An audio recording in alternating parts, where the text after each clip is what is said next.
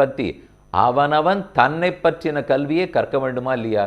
நான் யார் என்பதை தெரிந்து கொண்டாக வேண்டும். அதைத்தான் ஆத்ம வித்யா.